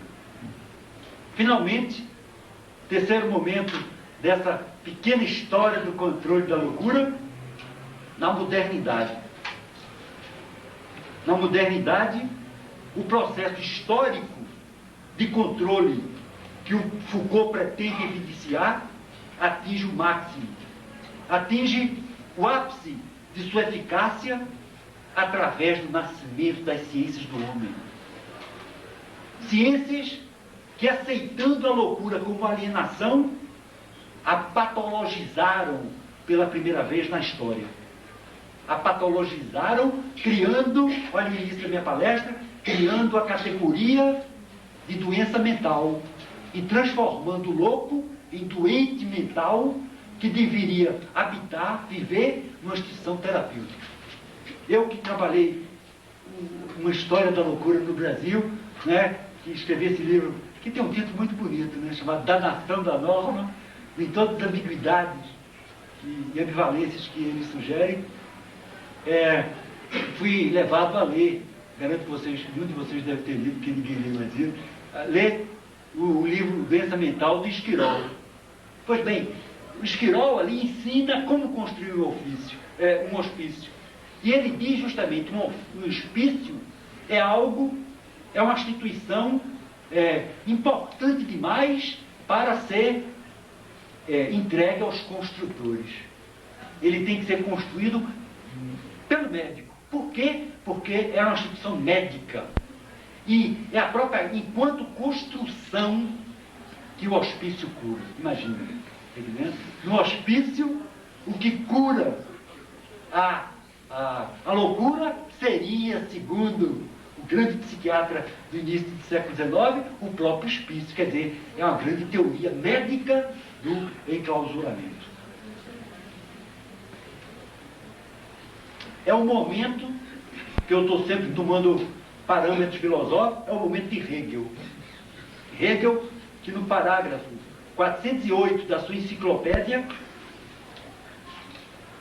onde, por sinal, ele faz o elogio de Pinel, Hegel vai defender que o louco, olha como muda, veja a diferença entre modernidade e época clássica. O louco deixou, diz Hegel, que o gênio mau triunfasse dentro dele. Mas diferente de Descartes, ele diz, mas ele não perdeu a razão. Né? Para Descartes, a loucura era outro do pensamento. Então, nesse sentido, o louco fica reduzido à animalidade. Era por isso que, na época, ele era acorrentado, entende, nessas masmorras e assim por diante. Chega Pinel, se eu não me engano, em 1794, que foi mandatado pela Revolução Francesa para estudar, para dirigir essas masmorras, como Salpêtrière, como Bicêtre, e ele encontra os loucos presos, aguilhoados, e muitas vezes os ratos, entende, vinham com as cheias, né, do rio e comia partes do corpo, etc. Isso é contado pelo sobrinho que escreveu um livro elogioso sobre o ato de libertação dos loucos. Pois bem, conta o Cipião Pinel, para olhos apavorados dos membros da Revolução que o acompanhavam, se aproximou dessas feras, desses animais selvagens em cativeiro, e o que é que ele fez? Libertou-os, desacorrentou-os. E como que? Olha o milagre da ciência. Como miraculosamente, pelo aquele ato de libertação, olha aí, é o nascimento da liberdade como valor político, ao recobrar a liberdade, eles recobraram a razão. Então, a loucura não é a ausência da razão, é um adormecimento da razão que pode ser sempre recuperado. Veja o que diz o Hegel. O louco deixou que o gênio mau da particularidade triunfasse dentro dele, mas não perdeu a razão. Continua tendo consciência do bem e do mal. Olha como é difícil. E o terapeuta, então olha a figura do terapeuta como se torna importante. Daí o elogio de Pinel. E o terapeuta pode assim apoiar-se no que existe de racional no doente para devolvê-lo ao melhor de si mesmo, que é a razão. Deixando de ser erro, deixando de ser falsidade, deixando de ser não ser, deixando de ser, ou melhor, deixando de ser erro, falsidade, não ser, em suma, desrazão, como na época clássica, a loucura, agora a doença mental, passa a dizer respeito à alma humana. Se lembra o que eu disse? Na época clássica não existe essa diferença entre corpo e alma. Agora, a loucura penetrou na alma. A loucura penetrou na interioridade da psicologização da loucura. Quer dizer, a loucura passa a estar sob a inteira tutela da razão. Antes era o outro da razão. Agora ela faz parte mesmo do homem de razão. Só que ela está adormecida, encoberta e precisa ser desvelada, precisa ser trazida à tona pelo médico, pela figura do terapêutico. É que, se na loucura o homem pode aparecer alienado, quer dizer, afastado de si mesmo, estrangeiro a si mesmo, a ação do terapeuta, que, como Foucault estudou muito bem, é uma ação eminentemente moral. A principal categoria terapêutica do início do século XIX era o tratamento moral. Não é? Quer dizer, o médico clássico achava que podia curar a loucura, por exemplo, dando banho, duchas. A ducha ou banho de imersão era utilizado para determinadas doenças. É assim que o Foucault abre o primeiro capítulo do Nascimento da Clínica. Então, a ducha ou banho, a imersão, tem o sentido de uma terapêutica física como outra qualquer, que pode ser usada para loucura ou para outras doenças. Quando o médico moderno, humanista, usa, quer dizer, portanto, um psiquiatra, usa uma ducha fria, a ducha tem um sentido de punir uma culpa. Um exemplo muito interessante desse psiquiatra francês chamado Lerret é que ele tinha um paciente em Paris que achava, que dizia sempre que era inglês e que morava em Londres. O que é que ele faz? Ele resolve mostrar ao paciente que ele não é inglês coisa nenhuma, que não mora em Londres. Ele faz uma viagem de carruagem com esse louco que mostra, olha aqui, o Arco do Triunfo, nem sei se existia na época. Aqui é também, sem dúvida não existia, e etc. Então, o sujeito diz, está muito bem, nós estamos em Paris. Quando ele chega no hospício, ele pergunta, quem é você? Ele diz, eu sou inglês, moro na Inglaterra. O que é que ele faz? Ele diz, você é inglês? Ducha fria nele. E aí depois da ducha pergunta, você ainda é inglês?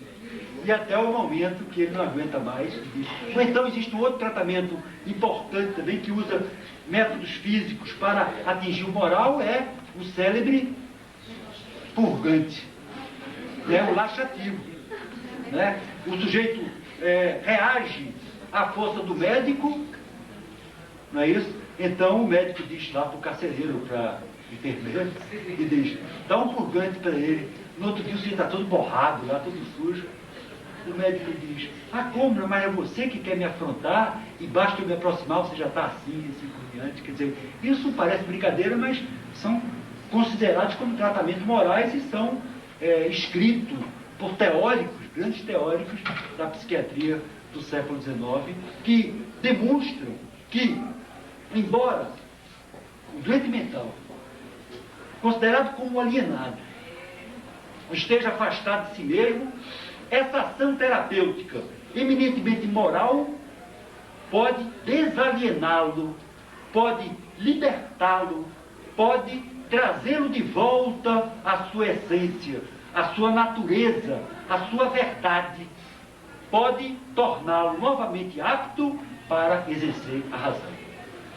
Eu diria, com a modernidade, se atinge finalmente a antropologização, a psicologização, a humanização da loucura. Duas observações para terminar. Foucault me parece ter tido uma grande ousadia ao utilizar um método arqueológico, método que ele criou, ninguém tinha falado disso antes, criou inclusive a partir fundamentalmente dos seus mestres epistemólogos. Que ousadia foi essa? A ousadia de negar a existência de uma verdade psicológica da loucura, como pensa ainda a modernidade, mostrando que a história da loucura não é, como dizem os epistemólogos com relação a outras ciências, no caso da loucura, no caso da psiquiatria ou da psicologização da loucura, não é o itinerário progressivo da inteligência para a verdade. É, ao contrário, a história de uma grande mentira. Em vez de descoberta, encobrimento. Mas me parece que ousadia maior foi pensar, prolongando a grande suspeita nietzschiana com relação à razão, foi pensar que a loucura tem uma verdade essencial, uma verdade fundamental, que foi progressivamente integrada à ordem da razão. É esse controle progressivo. Mas que, não tendo sido inteiramente destruída, essa loucura essencial, vela silenciosa, quando não se manifesta na fulguração de obras poéticas, não científicas, mas de obras poéticas, de obras filosóficas, de certos artistas, de certos filósofos como Hölderlin, como Raymond Roussel, como Nerval, como Artaud, como Nietzsche, todos que um dia foram considerados loucos. Obras que para Foucault tem essa grande importância de terem sido capazes de resistir com sua força desmesurada, que conseguiu vencer essas barreiras, esse cerco que a razão fez com relação à loucura, silenciando, conseguiu resistir com sua força ao gigantesco aprisionamento moral que constitui o monopólio da razão sobre a loucura. Retomando em seu primeiro livro essa experiência trágica do primeiro livro de Nietzsche, retomando essa ideia de uma tragicidade fundamental da loucura, como uma forma de calar a psicologia positivista e de dar uma positividade a uma possível relação não psicologizada, porque não moralizável, da razão com a loucura, me parece que o Foucault iniciava uma investigação que não era nem fiel a si mesma, mas uma investigação que, de modos diferentes em cada um de seus livros, a meu ver, teve sempre um objetivo principal. Qual é? Fazer o homem despertar. Nietzscheanamente eu diria, despertar, quem sabe, transfigurado de seu sonho antropológico, que é esse sonho do sono da modernidade. Obrigado. A partir do desejo. Veja bem, a palavra desejo é muito grandiloquente. Sem dúvida, o Esquirol não utilizava, está entendendo? Mas vocês podem imaginar o que está por trás disso. É uma espécie de diálogo mudo do Foucault com a psicanálise, está entendendo? Quer dizer, o Foucault, no fundo, sempre quis levar em consideração o que era feito na psicanálise. Uma das partes da minha palestra aqui, mas eu tive medo de cansar vocês, eu deixei de lado, mas é um tema importante, eu até dou uma bibliografia importante. Existe, é curioso, eu não ia falar provavelmente só sobre a história da loucura, eu ia fazer uma palestra mais geral sobre a história da loucura e as palavras e as coisas. No fundo, eu queria dar conta mais da questão da modernidade e da relação com Nietzsche na obra arqueológica do Foucault. Mas eu, quando fui preparar, eu me dei conta que era coisa demais, tá entendendo? Que essas análises são tão imbricadas, são tão conceituais, que eu tive medo, tá entendendo, de popularizá-la demais, se eu fosse dar uma visão, entende, geral demais. Aí eu disse, não, vou ficar só com a História da Loucura, o que foi maravilhoso para mim, que me deu condições de reler parte desse livro, que tem 700 páginas, sei lá, e ler alguns comentários que foram escritos, por exemplo, comentário logo depois da época, por exemplo, de um grande teórico da literatura e literato francês chamado Blanchot, que foi importantíssimo para Foucault, porque é um dos introdutores de Nietzsche na França, entende? E que foi um dos primeiros a escreverem textos sobre a História da Loucura. O texto de Michel Serres, que também que é um historiador, filósofo das ciências francês, e um texto mais recente de Derrida, que eu aconselho a quem se interessa pela psicanálise, que está numa coletânea organizada pela psicanalista, historiadora da psicanálise chamada Rue d'Inesco, entende? Que foi publicada pela editora Relume do Marat, chamada História da Loucura. Esse texto chama Fazer Justiça a Freud. Então eu dizia, quando Foucault sem dúvida falava de desejo, ele estava querendo remeter à questão do desejo.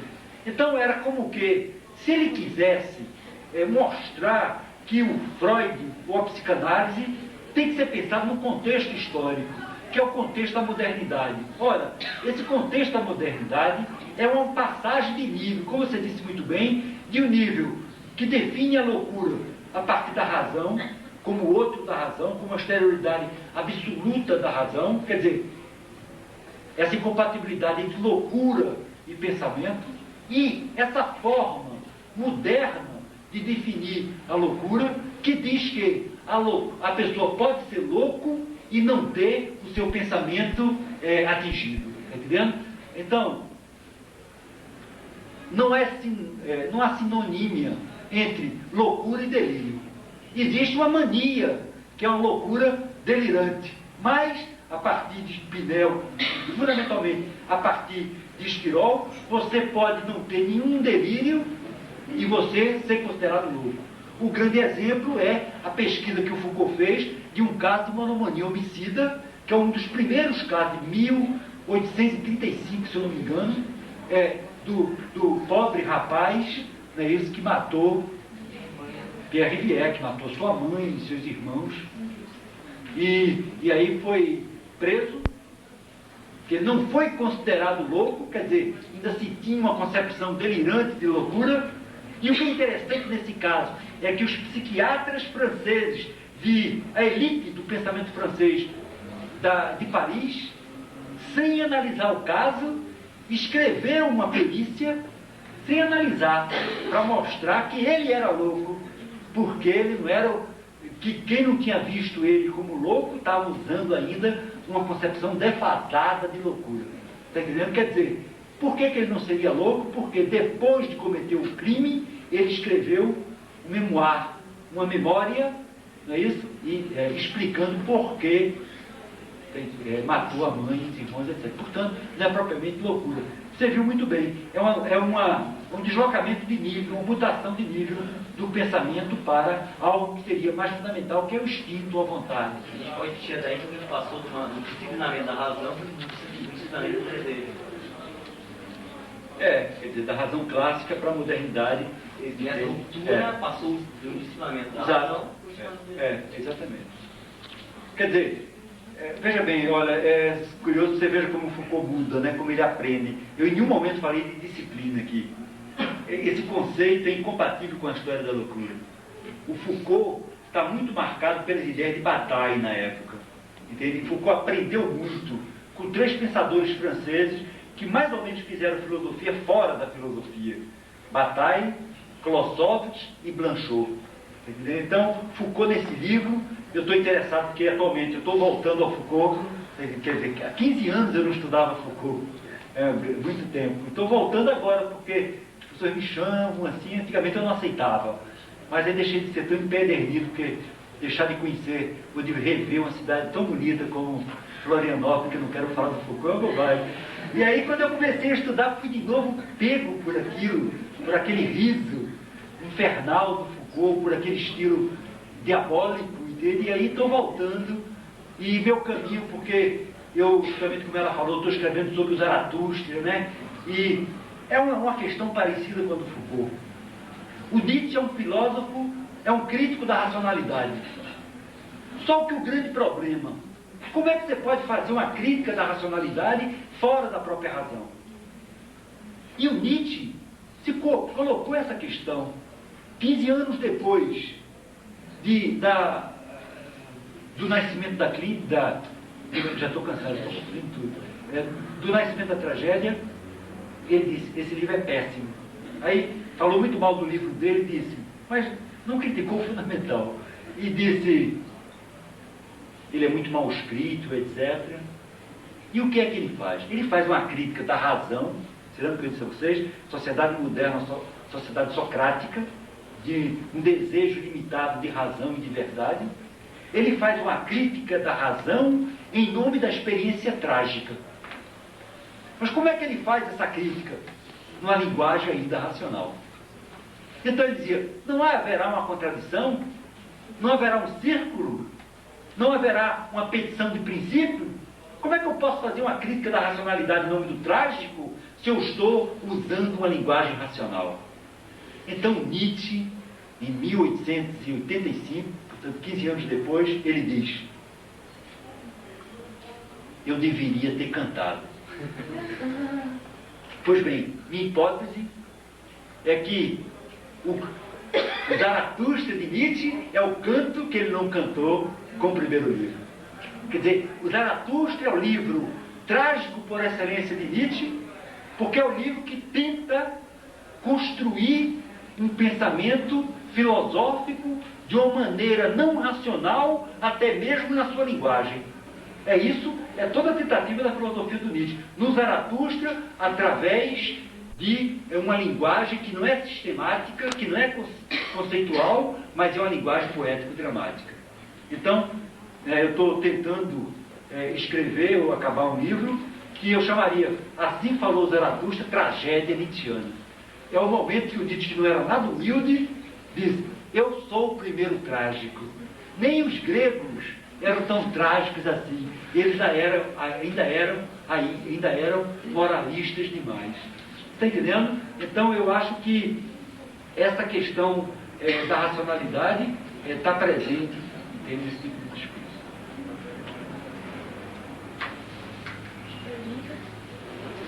Eu já falei tanto, né? Eu agradeço então a vocês. A não ser que vocês queiram falar, assim. Eu já conhecia Florianópolis, já tinha sido, se eu não me engano, por 2 vezes convidado pelos estudantes de filosofia. Cheguei já a falar sobre Foucault aqui e adorei a cidade. Pois bem, e vim, pelo que o Nitamar, professor de filosofia, teve, digamos, a caridade de passear comigo, assim, pela cidade, já me mostrou novamente a beleza que aqui existe. Então eu queria primeiro manifestar essa alegria de estar aqui, que eu espero ter passado para vocês, mas também, veja bem, eu quero chamar a atenção para uma coisa que vocês sabem certamente, mas é sempre bom lembrar. Eu estou falando do alto, eu estou falando com o microfone, eu estou fazendo um teatro, que é o teatro do professor, que a gente sabe que é ator como outro qualquer, e tem que ser até melhor, porque está falando de coisas mais espesinhas, muito mais terríveis do que se eu viesse aqui cantar para vocês, né? Eu teria sido muito mais recompensado pelo seu riso. Pois bem, né? Porque há uma leveza muito maior no canto do que no discurso teórico, não é? E é justamente esses filósofos que me interessaram, né? Foram muito marcados por Nietzsche, que justamente dá ao pensamento filosófico a intensidade que ele via na música. Vocês sabem que, seguindo uma linhagem alemã, do Wagner, do Beethoven, etc., há como que para eles uma prevalência, uma prioridade da música sobre a palavra, desde a música como linguagem universal, assim por diante. Pois bem, então eu queria dizer o seguinte, que tudo isso que eu falei aqui é super provisório. Está entendendo? Provisório, tanto para Foucault, muitas dessas ideias ele reformulou e falou de maneira diferente, ou então deixou de falar porque ele tinha outras coisas sobre as quais ele queria falar, portanto não é nada para ser repetido, para ser seguido. Cada um tem que criar o seu pensamento, né? Essa justamente a lição desses mestres que não querem ter discípulos e não podem ter discípulos porque não acreditam mais numa verdade racional, objetiva, neutra, universal e assim por diante, né? Que acreditam que a verdade é singular e está ligada aos afetos e assim por diante. Mas também queria dizer que há uma provisoriedade no que eu disse. Está entendendo? Aqui é um esforço meu, 15 anos depois de ter me calado sobre Foucault, porque tinha outras coisas a fazer, que com essa oportunidade voltei a Nietzsche e estou usando um pouco isso, mas com um objetivo preciso, que talvez seja um caminho que eu vá seguir. Quem sabe se um dia eu falo aqui sobre ele, é que seria Foucault e a literatura, Foucault a arte. Falar mais sobre esse aspecto que é o impensado do livro, ao qual Foucault se refere, do qual ele parte, que é essa ideia de uma experiência trágica, de um aspecto de verdade essencial da loucura, e que ele viu nos grandes artistas e num grande filósofo como Nietzsche. Pois bem, ele fala pouco desse livro, mas agora a gente tem as obras dispersas do Foucault que estavam publicadas em textos tipo artigos, conferências, etc., né? Nesses ditos e escritos, né? 4 grandes volumes, cada um de 800 páginas. Então hoje a gente tem mais ou menos o corpus, a não ser os cursos, e o livro que não foi publicado ainda, que o Foucault disse que não se publicasse nada que ele não tivesse publicado antes. Mas eu já soube que vão desobedecer a esse testamento dele. Ainda bem, né? E vão publicar os cursos e até esse curso dele, porque não tem sentido em privar a gente dessa possibilidade de conhecer esse lado que só alguns tiveram acesso. Pois bem, então, esses textos da década de 60, eu fiz uma grande descoberta já, que eu não sabia quando eu comecei a estudá-lo sistematicamente em ordem cronológica. Praticamente tudo o que o Foucault escreveu na década de 60 foi sobre arte e literatura, inspirada nessa questão da linguagem artística e literária. Eu criei até uma hipótese que correlate as pesquisas arqueológicas. Foucault pensou da linguagem artística e literária de uma maneira diferente. Cheguei provisoriamente para uma pesquisa futura, situar 3 momentos. Um correlato a esse, em que ele vai desenvolver textos sobre escritores e artistas para pensar a questão da relação entre linguagem e loucura. No segundo momento, que é o momento do nascimento da clínica, e é o momento onde ele publicou um livro sobre um grande escritor que é Raymond Roussel. O que ele estudou fundamentalmente nesse livro? A relação entre literatura e a morte. É interessante, veja bem, a clínica, eu cheguei a falar, não podia ficar muito tempo nisso, que a ciência médica moderna rompe com a medicina clássica classificatória, porque ela abre cadáver. Quer dizer, porque ela é fundada na anatomopatologia. Quer dizer, porque a loucura é aquilo que vai esclarecer a doença e até o estado sadio. Quer dizer, essa coisa aí que, na modernidade, o normal foi estudado a partir do patológico. Então, é super interessante que o Foucault tematiza isso do ponto de vista da literatura, procurando uma relação entre a linguagem artística e a morte. Finalmente, momento de as palavras e as coisas, em que o Foucault vai criar uma expressão que ele vai ver nela a possibilidade de criticar e de encontrar nessa maneira como a linguagem é tematizada artisticamente, uma espécie de antídoto